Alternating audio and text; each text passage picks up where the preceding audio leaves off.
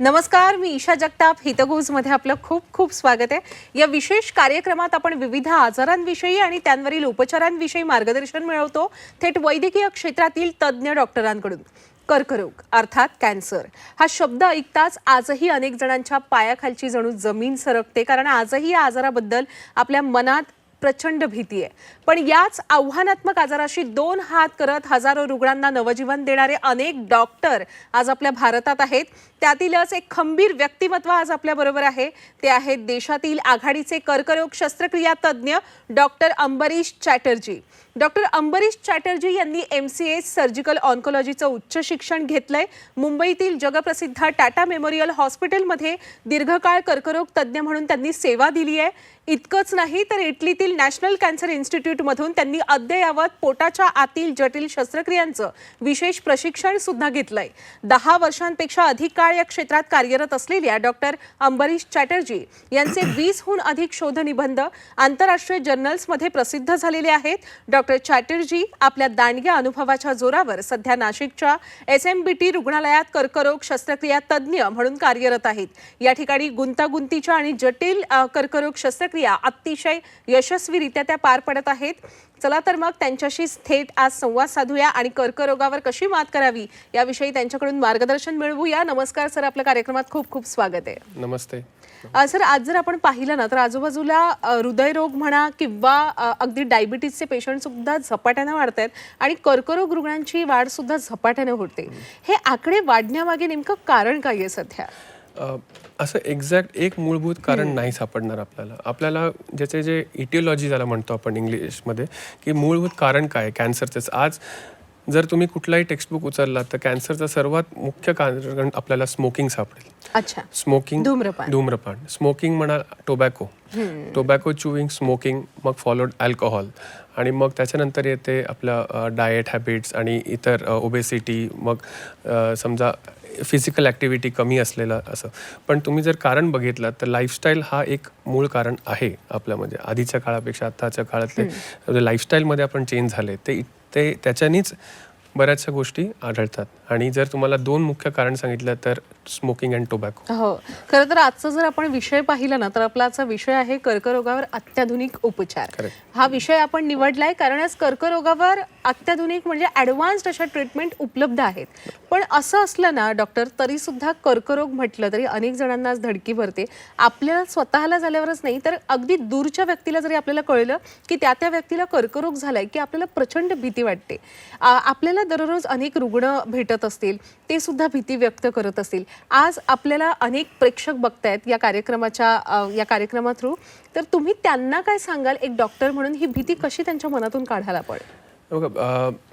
हे एक it is like दुसऱ्यांचं बद्दल आपल्याला समजणे हे खूप अवघड आहे, दुसऱ्यांची परिस्थिती समजणे. पण कॅन्सर हा एक विषय असा आहे की त्याला आज ट्रीटमेंट आहे. आधीच्या काळी आजपासून तुम्ही 20, 25, 30 वर्ष आधी जी ट्रीटमेंट सुविधा अवेलेबल नव्हती आपल्या देशात, त्या आज आपल्याकडे आहे अवेलेबल.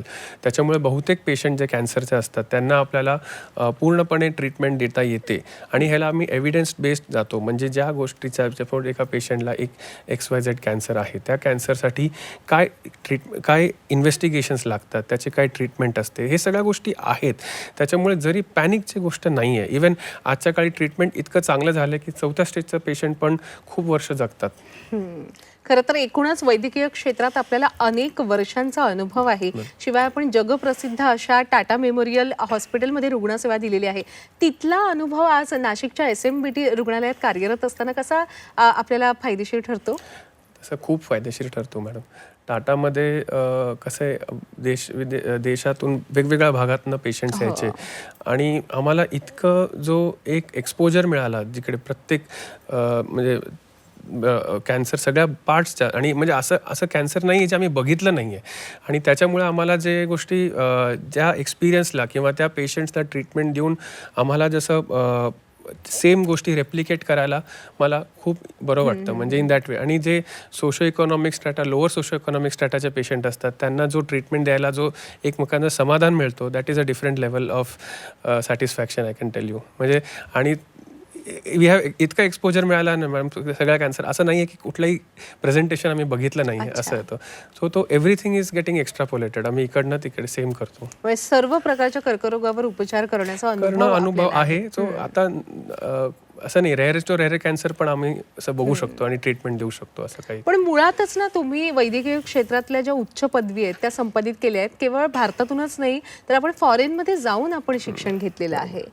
तिथला अनुभव आपल्याला कशा कामाला आला? तो खूप चांगला अनुभव आहे मॅम. मी जे इटलीला हे ॲडव्हान्स कॅन्सर, पोटात पसरलेला कॅन्सर असण्याचं जे त्याची शस्त्रक्रिया, त्याची सर्जरीसाठी जी मी ट्रेनिंग घेतली, ती सेम गोष्ट मी इथे आज त्याच पेशंटला देऊ शकत आहे, जे आता आधी मी इकडे अवेलेबल नव्हते. असं आहे आज महाराष्ट्रात किंवा उत्तर महाराष्ट्रात तुम्ही बघा, ह्या सर्जरीज करणारे असं कोणीच डॉक्टर नाही. जसे ह्या ट्रीटमेंट एवढे लार्ज व्हॉल्यूममध्ये आणि लार्ज कॉम्प्लिकेटेड सर्जरीज करण्यासाठी जे असतात ते हे सगळ्या गोष्टी सेम गोष्टी रेप्लिकेट करता येतो.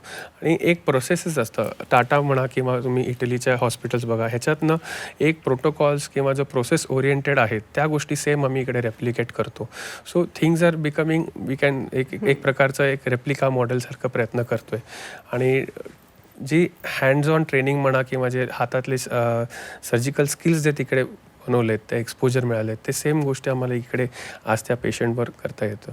That is a big thing. खरं तर ना आपण आतड्याच्या, जठराच्या आणि एकूणच पोटाच्या कर्करोगावर उपचार करणं हेच आपलं खरं कार्यक्षेत्र आहे, बरोबर आहे? जेव्हा आपलं पोट बिघडतं ना तेव्हा आपला अख्खा दिवस वाया जातो. कारण पोटच, मला असं वाटतं की मुळात पोट साफ असेल तर आपला अख्खा दिवस तितका साफ आणि छान जाऊ शकतो. पण माझ्या माहितीनुसार जेव्हा पोटाचा कर्करोग होऊ लागतो तेव्हा त्याची सुरुवातीची लक्षणं ओळखता येत नाही सहज, डॉक्टर. बरोबर आहे मॅम. ह्याच्या मागे रिझन असं आहे की जे आज जे कर्क आतड्यांचे जे कर्क किंवा जठराचं कर्क किंवा लिव्हरचा किंवा पॅनक्रियासचा, ह्याचे जे सिम्पटम्स आहेत ना, हे कॉमन आपले ॲसिडिटी म्हणा किंवा ब्लोटिंग सेन्सेशन किंवा आपण ज्याला म्हणतो की कधी कोणाला साधा व्हायरल जॉन्डिस झालं किंवा अशा उलटी होणे, मळमळ होणे, असे सिम्पटम्स आहेत. तर ह्या ओव्हरलॅपिंग सिम्पटम्समुळे बऱ्याचशा वेळी आपल्याला लवकर पकडता येत नाही. त्याच्यामुळे आज तरी लगेच कुठे आपल्या डॉक्टरांकडे गेलं ते लगेच ते सोनोग्राफी किंवा एंडोस्कोपी करून किंवा काही करून एक निदान लागतो. बट सिम्पटम्स ओव्हरलॅप असल्यामुळे खूप थोडं प्रेझेंटेशन कधी कधी लेट होतात पेशंट्सच्या. अच्छा, बरं, सुदृढ जर राहायचं असेल तर आपण डॉक्टर्स आम्हाला सल्ला देत असता की एक साधारण 6 महिन्यांतून एकदा किंवा वर्षभरातून एकदा तुम्ही तुमच्या तपासण्या करायला हव्या. पाहिलं तर अनेक तपासण्या खर्चिक असतात. मला वाटतं कर्करोगामध्ये पेट स्कॅन करण्याला खूप महत्त्व असतं ना डॉक्टर? हे पेट स्कॅन नेमकं कशासाठी केलं जातं आणि ते मुळात आवाक्यात असतं का सर्वसामान्यांच्या?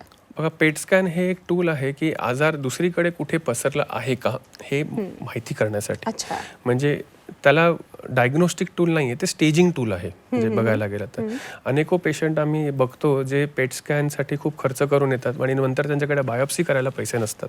अच्छा. सो बायोप्सी करणे किंवा ज्या आपण म्हटलं की निदान लावणे हा मुळात डॉक्टर हे पेट स्कॅन कसं केलं जातं, कशासाठी केलं जातं तुम्ही सांगितलं, आणि बायोप्सी मग पुढे कशासाठी केली जाते? बायोप्सी इज डायग्नोसिस, निदान. बायोप्सी इज आपण त्या जो ट्युमर आहे त्याच्यातला एक तुकडा काढून आपण चेकिंगला पाठवतो की हा एक फर्स्ट की हा कॅन्सर आहे की नाहीये. सेकंड, बायोप्सी करायच्या आधीच पेट स्कॅन केलं जातं.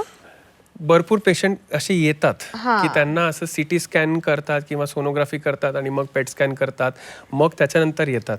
सो आज PET scan is an expensive tool. त्याच्या if good quality CT scan, ज्याला आम्ही ट्रायफेजिक सिटी स्कॅन म्हणतो, चांगल्या क्वालिटीचं, इज इक्वली गुड. म्हणजे इन्फॉर्मेशन देण्यासाठी खूप चांगलं मोडॅलिटी आहे सिटी स्कॅन किंवा MRI. आणि पेट स्कॅन एक ठराविक कॅन्सरसाठी ते महत्त्वाचे आहे, जिकडे ज्याला आम्ही म्हणतो इन्क्रिमेंटल बेनिफिट काय आहे का किंवा जे स्टेज बदलतो.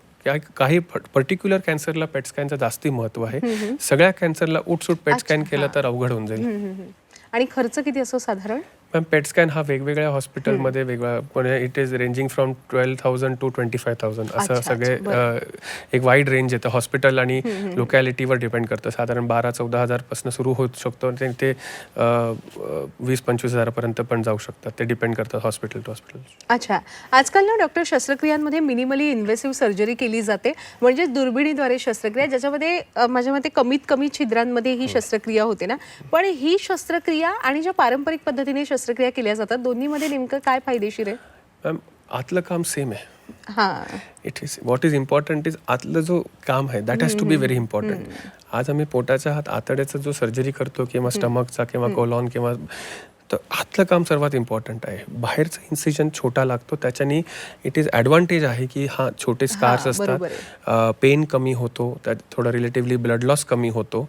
पण व्हॉट इज मूलभूत इज इनसाइड द त्यातलं एक काय म्हणतात ते जे आतलं जे सर्जिकल प्रिन्सिपल्स आहे सर्जिकल ऑन्कॉलॉजीचे ते बरोबर झाले पाहिजे, देन इट इज फायदा.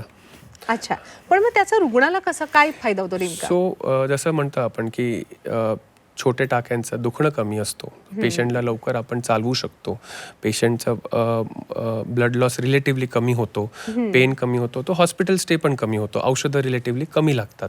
सो हा ॲडव्हान्टेज आहे. अच्छा, आणि तसंच आजकाल म्हणजे ज्या ॲडव्हान्स ट्रीटमेंट आलेल्या आहेत, केवळ कर्करोगाच्या विषयीच नाही बोलत आहे मी, इतरही शस्त्रक्रियांमध्ये रोबोटिक शस्त्रक्रियेचा प्रचंड सध्या वाढता कल आहे या शस्त्रक्रियेकडे. मुळात डॉक्टर, रोबोटिक शस्त्रक्रिया नेमकी कशी केली जाते आणि मानवी हातांच्या तुलनेत ही शस्त्रक्रिया जास्त फायदेशीर ठरते का? ओके, रोबोटिक शस्त्रक्रिया हे कोणी रोबोट करत नाही, हे एक सर्जनच करतो. तर it is actually robotic assisted surgery असं म्हणणं पाहिजे. सहाय्याने केलेलं एक कन्सोल असतो, तिकडेच सर्जन बसून करत असतो. सो देर इज एक डॉक्टर, एक सर्जन कन्सोल असतो, तिकडे सर्जन एक रिमोट ॲक्सेस घेऊन रोबोटला कंट्रोल करतात आणि ते रोबोट जसं लॅप्रोस्कोपीचे छोट्या टाके असतात तशाच छोट्या टाक्यांनी ते रोबोट आत ऑपरेशन करतात. ह्याचं ॲडव्हान्टेज असं असतो की ह्याला प्रेसिजन चांगला आहे आणि आतनं जे डेक्स्टिरिटी ज्याला म्हणतो की सर्जनला ऑपरेट करायची जी ईज आहे दॅट इज बेटर. आणि त्याला एक असं डिफिकल्ट ठिकाणी जिकडे ओपन सर्जरीनी पोचायला अवघड जातात तिकडे रोबोटिकला फायदा असतो. तरी इट इज इम्पॉर्टंट हिअर की ह्याला प्रत्येक पेशंट प्रत्येक सर्जरी रोबोटिक करू शकतो असं नसतं. रोबोटिक करायला त्या इंडिकेशन्स असतात, म्हणजे ती ट्युमर आहे किंवा त्या पेशंट आहे ते सुटेबल असलं पाहिजे रोबोटिक सर्जरीसाठी. काही सर्जरीज आपल्याला ओपनच करायला लागतात, त्या सर्जरी ओपनच चांगल्या होतात, त्या ट्युमरसाठी ते गरजेचं असतं, त्याला एव्हिडन्स नाही अजून. आणि काही सर्जरीसाठी, काही स्टेजेस ऑफ कॅन्सरसाठी रोबोटिक सर्जरी चांगला आहे किंवा लॅप्रोस्कोपी ज्याला आपण म्हणतो दुर्बिणी. रोबोटिक सर्जरी अल्टिमेटली एक सर्जनच करतो, it is not a robot anybody doing it. असं आहे. पण ते रोबोटच्या सहाय्यानं केली जात असल्यामुळे त्याच्यात अचूकता जास्त नसते? नाही, त्याच्या अचूकता असं नाही, इट इज लाईक प्रेसिशन. जसं हँडलिंग ट्रेमर्स म्हणतो आपण किंवा हँडलिंग हे येतात, हे निगेट होतात, थोडे कमी होतात. आणि सर्जन ह्याला बसून कन्सोलमध्ये 3D विजनमध्ये ऑपरेट करतात, त्याच्याने ॲडव्हान्टेज येतो आणि कॅमेरा कंट्रोल बेटर असतो. So there are certain technical facilities that surgically सर्जनसाठी दॅट इज म्हणजे काय म्हणतात एक ॲडव्हान्टेज आहे त्याला, त्याच्यासाठी ते ऑपरेट करायला बरं होतो आणि ultimately that translates into better outcome म्हणजे इन पेशंटला. सो ब्लड लॉस कमी म्हणा किंवा तसंच सेम छोटे स्कार्स असतील आणि हे असतील. पण अल्टिमेटली ह्याचा इम्पॉर्टंट टेक होम काय असलं की सगळ्या सर्जरीज रोबोटिक नाही करता येत, सगळ्या स्टेजेसच्या सगळ्या कॅन्सर त्याला ठराविक इंडिकेशन असतात, ठराविक गोष्टी असतात, त्याच केलेलं रोबोटिक किंवा लॅप्रोस्कोपिक म्हणतात. आणि ओपन सर्जरी काही गोष्टीसाठी खूप इम्पॉर्टंट असतात, कारण अल्टिमेटली जसं मी सांगितलं आतलं काम गरजेचं आहे. हो, अगदी. डॉक्टर, माझ्या माहितीनुसार आजकाल आपण सर्व जे सर्जन्स आहात, शस्त्रक्रिया करता आपण, आपला कल याच्याकडे असतो की शरीरातल्या ज्या भागाला कर्करोग झालेला आहे केवळ त्या भागावर ट्रीटमेंट करणं आणि त्याच्या आजूबाजूचा भाग वाचवण्याकडे आपला कल असतो. मुळात यकृत जे आपला अवयव आहे ते यकृताला जेव्हा कर्करोग जडतो तेव्हा त्याचा जो कर्करोग झालेला भाग कापणं हे अतिशय आव्हानात्मक मानलं जातं. यकृत म्हणजे लिव्हर, बरोबर. आता लिव्हरचा जो स्पेसिफिकली आहे, लिव्हरचं जे कॅन्सर असतात ह्याला आम्ही 3 फॅक्टर्समध्ये बघतो लिव्हरचा कॅन्सर कुठल्याही पेशंट. 3 फॅक्टर म्हणजे मेन आहे ट्युमरचं स्टेज. बरोबर. ट्युमरचं स्टेज काय आहे, द स्टेज ऑफ ट्युमर की ऑपरेबल आहे की ऑपरेट करण्यासारखं नाही आहे. सेकंड आहे लिव्हरची कंडिशन, म्हणजे लिव्हर सिरोसिस नाही आहे ना ज्याला आपण म्हणतो, लिव्हर डॅमेज झालेला आहे का, लिव्हर पेशंटला जॉन्डिस आहे का किंवा लिव्हर खराब झालेला आहे का, तर लिव्हरची कंडिशन इम्पॉर्टंट आहे. आणि थर्ड आहे पेशंटचं जनरल कंडिशन, की पेशंटची ओव्हरऑल जनरल हेल्थ कसं आहे, की पेशंट किती फिट आहे किती अनफिट आहे. ह्याच्या व्यतिरिक्त जेव्हा सर्जिकली आम्ही बघतो की चॅलेंजेस काय मिळतात आम्हाला, लिव्हरला हा खूप एक्सटेन्सिव्ह ब्लड सप्लाय असतो आणि लिव्हरमध्ये जे रक्तवाहिनी असतात त्याच्यामध्ये व्हेरिएशन्स खूप असतात. त्याच्यामुळे ते जेव्हा आम्ही जो भाग काढायचा आहे त्याच्या व्यतिरिक्त जो भाग वाचवायचा आहे त्याला वाचवणं हा जास्ती चॅलेंजिंग असतो आमच्या वेळी बऱ्याच वेळा, की हा काढायचं तर मी ठरवलं की हा तर निघणार आहे बाहेर, पण जो भाग ठेवायचा शरीराचा तो लिव्हर हेल्दी पाहिजे, तो लिव्हर त्याचे रक्तवाहिनी चांगले राहिले पाहिजे आणि तो लिव्हर नंतर बॉडीचे सपोर्ट म्हणजे तेवढं लोड घ्यायला आलं पाहिजे. सो हा चॅलेंजेस आहेत लिव्हर कॅन्सरमध्ये, ज्यासाठी आम्हाला 3 पॉईंट ऑफ व्ह्यू आणि चौथा जसं मी तुम्हाला ॲनाटॉमिकल व्हेरिएशन्स असतात त्या पण आम्हाला खूप लक्ष द्यावं लागतं की जो उरलेला लिव्हर आहे, जो रेसिड्युअल रेमनंट लिव्हर ज्याला म्हणतो आम्ही, त्याला तो कसं जपायचा आहे, that is very important. So that is the reason की एक कॉम्प्लेक्स होतो. हो ना. अच्छा, बरं डॉक्टर, आपण जिथून रुग्णसेवा देता त्या SMBT रुग्णालय हे आजकाल कॉम्प्रिहेन्सिव्ह कॅन्सर केअर सेंटर म्हणून ओळखलं जातं, कारण तिथे वेगवेगळे सर्जन एकत्र येऊन एकाच छताखाली रुग्णावर उपचार करतात. याविषयी काय सांगाल? हे खूप नॉवेल कॉन्सेप्ट आहे, खूप चांगलं आहे. It is we have like प्रत्येक स्पेशालिटी, प्रत्येक युनिट हा एक वेगवेगळा युनिट आहे. आमच्याकडे सर्जिकल ऑन्कोलॉजी, तसं मेडिकल ऑन्कोलॉजी, तसं आमच्याकडे इवन आम्हाला जसं आता उदाहरण सांगतो, मला कधी पेशंट माझा हार्टचा पेशंट असेल, कॅन्सरचा आहे पण हार्टचा पण प्रॉब्लेम आहे, तर आम्हाला कार्डियक बॅकअप पण आहे चांगलं. आता सपोज लिव्हरचा प्रॉब्लेम आहे तर माझ्याकडे गॅस्ट्रोएंटॉलॉजिस्ट पण आहे. तसं आमच्याकडे चांगले ICUचा बॅकअप आहे, मोठी ॲनेस्थेसियाची टीम आहे, चांगले नेफ्रोलॉजिस्ट आहेत. सो हा जो एक होलिस्टिकली सगळा जो बॅकअप मिळतो की हा एक टीम एफर्ट असतो. म्हणजे सर्जरी करणे हा एक पार्ट आहे, पण सर्जरीच्या बाजूला जो सपोर्ट सिस्टम असतो की मी एक कॅन्सर सर्जन असून मला जे बाजूला जे ॲडिशनल सपोर्ट देतात, ह्या मेडिकल ऑन्कॉलॉजी, रेडिएशन म्हणा, हे हे सगळ्यांचं सपोर्टनेच अल्टिमेटली पेशंटला फायदा होतो. सो हा जो एका छताखाली पूर्ण ट्रीटमेंट आहे त्याच्याने खूप फरक पडतो पेशंटसाठी. अच्छा, बऱ्याचदा ना डॉक्टर, आजार याच्यामुळे तर वाढतोच की आपण योग्य वेळी आम्ही तुमच्याकडे येते, म्हणजे डॉक्टरांकडे योग्य वेळी आम्ही पोहोचत नाही, आम्ही लक्षणं योग्य वेळी आम्हाला ओळखता येत नाही. पण हे सगळं होतं कशामुळे? कारण जनजागृतीचा अभाव असतो. कर्करोगाबाबतही आजकाल प्रचंड जनजागृतीचा अभाव पाहायला मिळतो. जर ही जनजागृती वाढली आणि योग्य वेळी अचूक उपचार मिळाले तर कर्करोगापासून रुग्णाचा नक्की जीव वाचवता येऊ शकतो का? याच्याविषयी काय सांगाल डॉक्टर? सो हा एक 2 कन्सेप्ट आहेत जे तुम्ही विचारलं मला. आय थिंक जनजागृती इज अवेअरनेस. सो एक अवेअरनेस असतो, त्याच्यासोबत एक दुसरा पॉईंट जोडलेला असतो, तो स्क्रीनिंग. स्क्रीनिंग आणि अवेअरनेस हा युजली एकत्र असतो. अवेअरनेस म्हणजे लोकांपर्यंत माहिती पोहोचवणे, आणि स्क्रीनिंग म्हणजे ज्या लोकांना आत्तापर्यंत कॅन्सर झालेला नाही आहे, त्यांना सिम्पटम्स किंवा त्यांना डायग्नोसिस झालेला नाही आहे, सो एसिम्प्टोमॅटिक ज्याला म्हणतो, त्यांच्यामध्ये कॅन्सरची आहे का, जे सेल्स अजून प्रेझेंट झालेले नाही आहेत सिम्पटम्स, त्यांना डायग्नोज करणे आणि त्यांना लवकर ट्रीट करणे. तर ह्या 2 पॉईंट खूप इम्पॉर्टंट आहेत की स्क्रीनिंग करणे. ब्रेस्ट कॅन्सर आणि सर्वायकल कॅन्सर ह्याच्यासाठी खूप चांगलं आहे आपल्या देशात स्क्रीनिंग मोडॅलिटी, मॅमोग्राफी आणि पॅप्समियर. ह्या तुम्ही जेव्हा तुमच्या जवळच्या ज्या ऑन्कोलॉजिस्ट आहेत किंवा ऑन्कोसर्जन, मेडिकल ऑन्कोलॉजिस्ट किंवा सर्जिकल ऑन्कोलॉजिस्ट किंवा गायनेकोलॉजिस्ट तुमच्या, they will be able to tell you better.